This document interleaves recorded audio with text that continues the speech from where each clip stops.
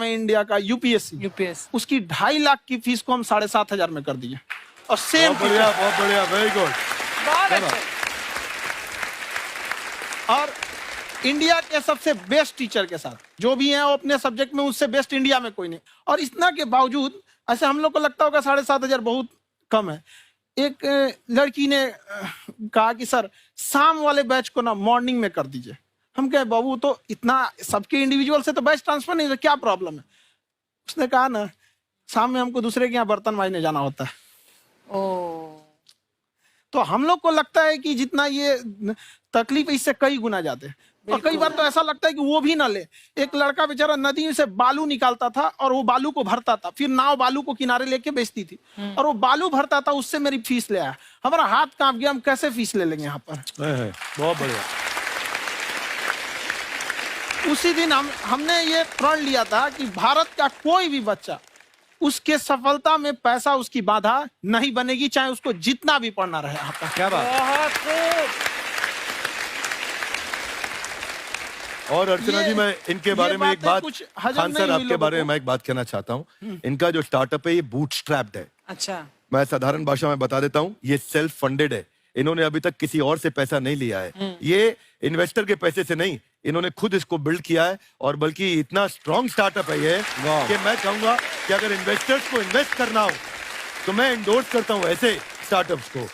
यही सब चीजों को देखते हुए कई लोगों ने धमकी भी दिया था वहां पर। अच्छा। और उसके बाद बम चला दिए और 7-8 बम चला दिए और कुछ ब्लास्ट हुआ। एक बेचारा नया लड़का आया था एडमिशन लेने के लिए, उसकी स्कूटी उड़ा दिया। वो आया था, कहा कि सर हम तो पढ़ने आए थे, हमारा स्कूटी उड़ गया। हमारी ऑफिस उड़ा दिए सब। एक तो पास में आके गिरा और नहीं फटा वो।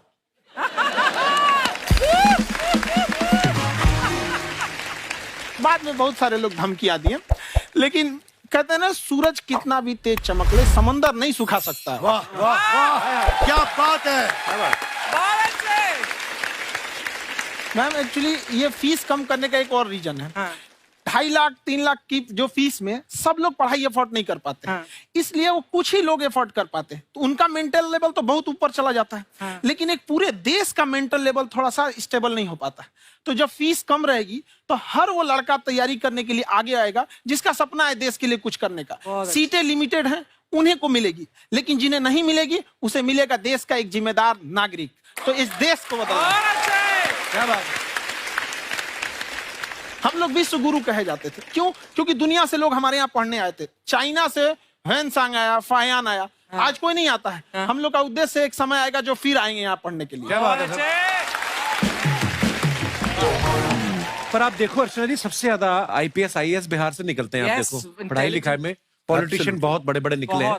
तो ऐसा नहीं है, हर जगह ऑप्शन भी नहीं है वहाँ पे, इंडस्ट्री नहीं है, खेती करेगा तो कोई खास वो नहीं रहे। ऑप्शन भी नहीं है, सही बात है। बिहार की मिट्टी में एक चीज है, जिद तो बहुत जबरदस्त है। कुछ भी नहीं रहेगा तो सब कुछ पाने का उसको जिद रहेगा, करके भी दिखा देगा। कर देंगे हम यहाँ पे। विवेक सर, आपके बारे में हमने सुना एक बार आप संन्यास लेने चले गए थे। कौन वापस लेके आया आपको? फिर कहाँ तक पहुंच गए थे आप? नहीं, मैं एमबीए की पढ़ाई के बाद मैं ये सोचा था कि अपना जीवन भगवान की सेवा में समर्पित कर दूं। अच्छा जी। बहुत साल मैं वृंदावन में रहा था और गुरुकुल में रहा था। अच्छा। और वहाँ सेवा करना, बहुत अच्छी शिक्षा मिली। मैं बोलता हूँ मेरी असली एमबीए वही थी, मोस्ट ब्यूटीफुल एसोसिएशन। वाह। और मैं वहाँ भगवत गीता पढ़ी, जहाँ मुझे गीता से लगाव हुआ। तो मेरे गुरुजी का आदेश था कि आप भगवत गीता को बिजनेस मैनेजमेंट के साथ जोड़ के देश दुनिया में बताओ। मेरे को लगा बड़ा मुश्किल काम है। मैंने बाद में देखा कि डॉक्टर स्टीफन कॉवी, जिनकी किताब है 7 habits of highly effective people, आप सबने पढ़ी होगी। उन्होंने बोला मैंने 7 हैबिट भगवत गीता से लिए। और हमारे देश के लोग ऐसे हैं जो मेरी किताब पढ़ते हैं, जो कि 3.5 मिलियन कॉपीज बिक चुकी हैं, और भारत में भगवत गीता नहीं पढ़ते। तो मुझे लगा कि मैं गीता विद मैनेजमेंट के ऊपर आकर के बातचीत करूं। मुझे लगा बहुत कठिन होगा, पर मेरे गुरुजी का आदेश था कि कठिनाई आपको तभी तक दिखेगी जब कठिनाई को देखोगे। तो एक छोटा उन्होंने मुझे बताया, पूछा कि इस कमरे में लाल रंग कितनी जगह है, देखो आप भी एक बार जरा देख के बताओ। कुछ 7-8 जगह लाल रंग दिख रहा है यहाँ पे आपको? 1 ये 2 वो लाल रंग टी शर्ट पे, 3 4 5 ये लाल हो गया, 6 उधर लाल हो गया, 7 एप्पल लाल, बिल्कुल ठीक 7। पर जब आप लाल रंग ढूंढ रहे थे तो क्या आपको हरा रंग दिख रहा था? Yes no? नहीं। जब आप लाल रंग ढूंढ रहे थे तो क्या आपको काला रंग दिख रहा था? Yes no? नहीं। नो। जिंदगी भी ऐसी है, जो क्या बात? ढूंढोगे वही मिलेगा, बाकी कुछ नहीं मिलेगा। तो उन्होंने कहा कि आप इसी सोल्यूशन पे फोकस करो और गीता के मैसेज को पहुंचाओ। तो मैं बिजनेस मैनेजमेंट के प्रोग्राम्स कॉर्पोरेट्स में करने शुरू किए, क्योंकि गीता पहला मोटिवेशनल सेमिनार जो पृथ्वी के इतिहास में कपिल जी हुआ, वो कृष्ण ने दिया था। पहले मोटिवेशनल स्पीकर इस पृथ्वी के इतिहास के कृष्ण थे, जिन्होंने अर्जुन को रणभूमि में मोटिवेट किया था। बड़ी पेशेंस कृष्ण ने अपने लीडरशिप क्वालिटी से दिखाई, वो मुझने मुझे बड़ा इंस्पायर किया, वो चर्चा ने इंस्पायर किया और डिस्कशन ने इंस्पायर किया। तो उस डिस्कशन को मैं आज भी लेके चलता हूं अपने साथ।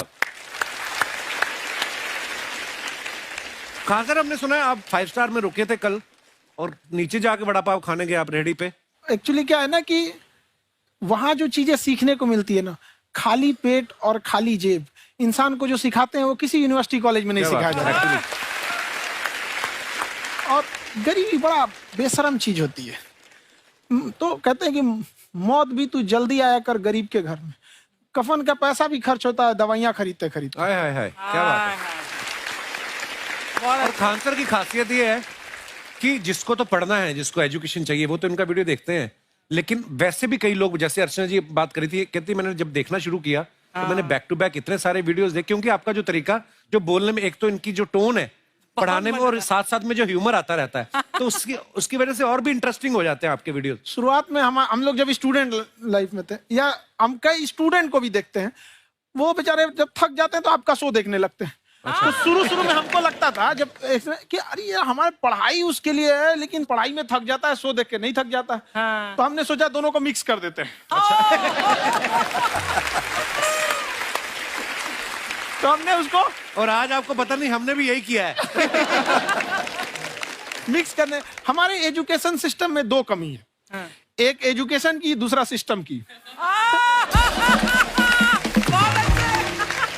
आप पटना से हैं ना? हाँ। हमें भी पटना पसंद है। बस कोई पटाने वाला चाहिए। नहीं, मजाक नहीं कर रहे हैं। आपका जो चैनल है, हम दिन में 10 बार आपके चैनल को सब्सक्राइब करते हैं।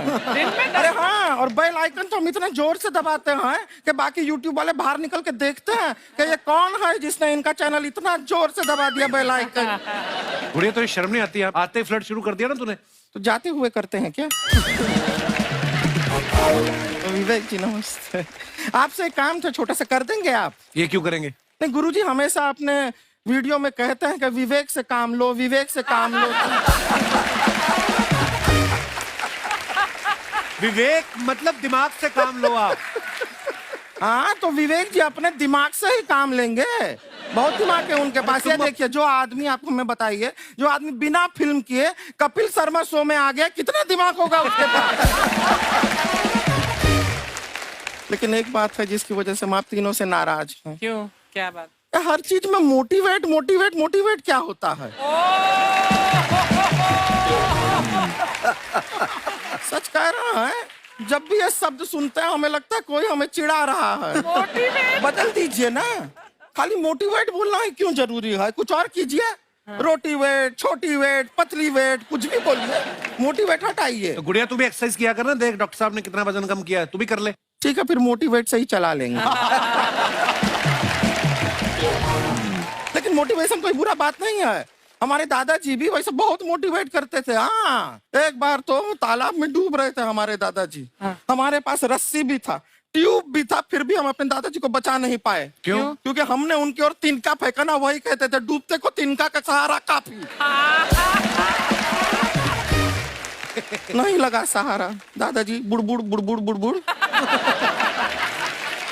गुड़िया, तू क्या करने आई इधर? अरे हाँ, हम क्या करने आए हैं, एक पूछना था सर, खान सर, ये जो हमारा एक चाचा का लड़का है, उसको क्या है, थोड़ा पढ़ाई में प्रॉब्लम हो रहा है। तो 12वीं का पढ़ाई आप उसको अच्छी तरह करवा के 12वीं पास करवा देंगे आप?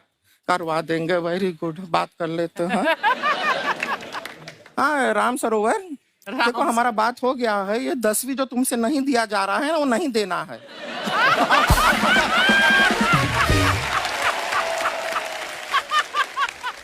टेंशन नहीं है, 10वीं का खान सर से बात हुआ, ये सीधा 12वीं पढ़ा के पास कर देंगे। अरे ऐसे नहीं होता, पहले 10वीं पास करनी पड़ेगी, फिर 12वीं होगी ना। ऐसा कोई जरूरी नहीं है ये सीक्वेंस। हमारे मौसा जी थे, उनसे ना 10वीं हुई ना 12वीं हुई, अभी 3 दिन पहले सीधा उनकी 13वीं हुई।